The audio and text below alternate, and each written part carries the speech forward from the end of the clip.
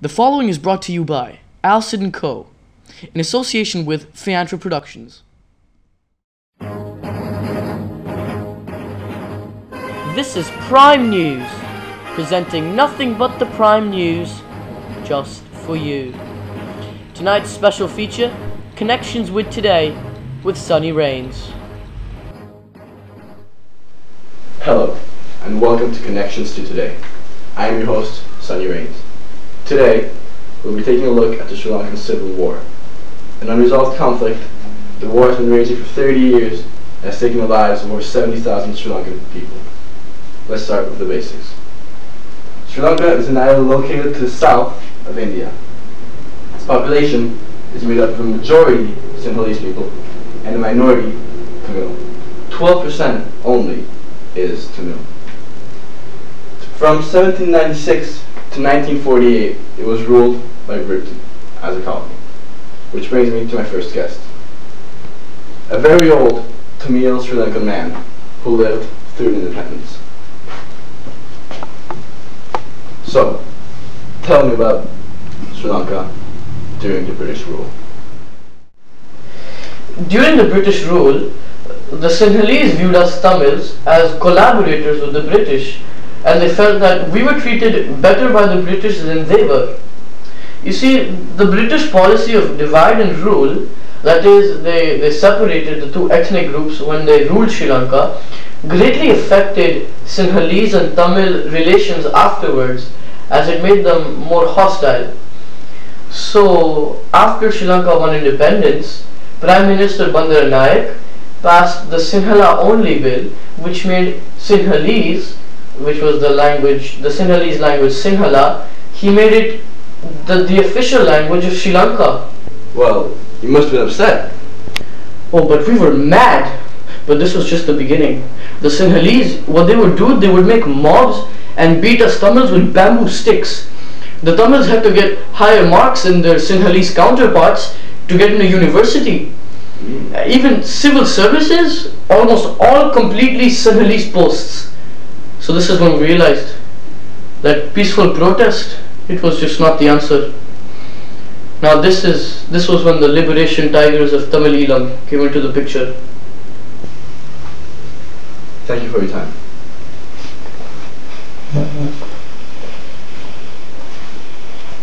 Alright folks, so we can see this is where the LTTE, or Liberation Tigers of Tamil Eelam, came into the picture.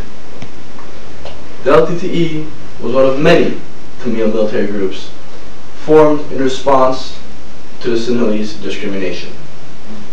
Their leader, Pillai Prabhakaran, he was also the creator of that group.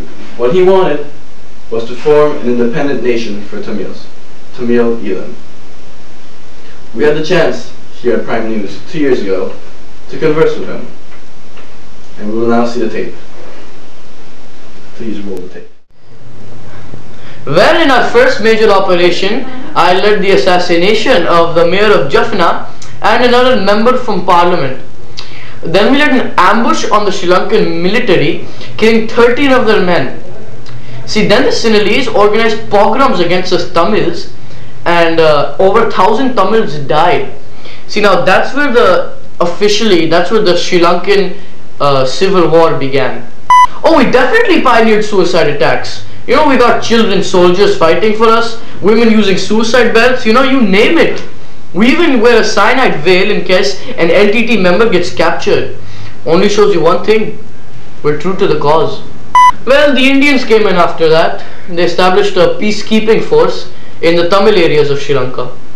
And they thought that they could stop the violence. But it only got bloodier. They suffered major losses by us, and the general national sentiment was for them to leave. So later they pulled out of Sri Lanka by 1990. Oh, since then it's just been violence and bloodshed. We killed the next Sri Lankan president with a suicide bomber, and then the Sri Lankan army killed many of our men.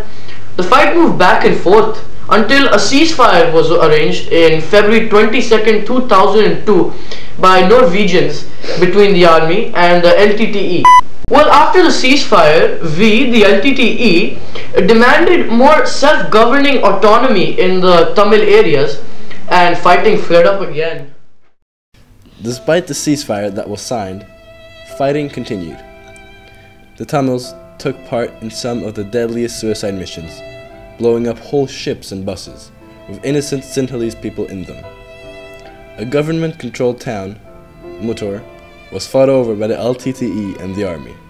There was bloodshed in the Jaffna Peninsula, and the Sri Lankan Air Force led airstrikes. After thousands were killed on either side, the army launched an offensive on the Tamils in the east, wanting to push the LTTE north. By April of 2007, they were able to remove almost all LTTE troops from Sri Lanka's eastern province. Then, the government officially abandoned the ceasefire agreement. By August 2008, the government took control of all of LTTE's bases in Manor district, located in the northwest.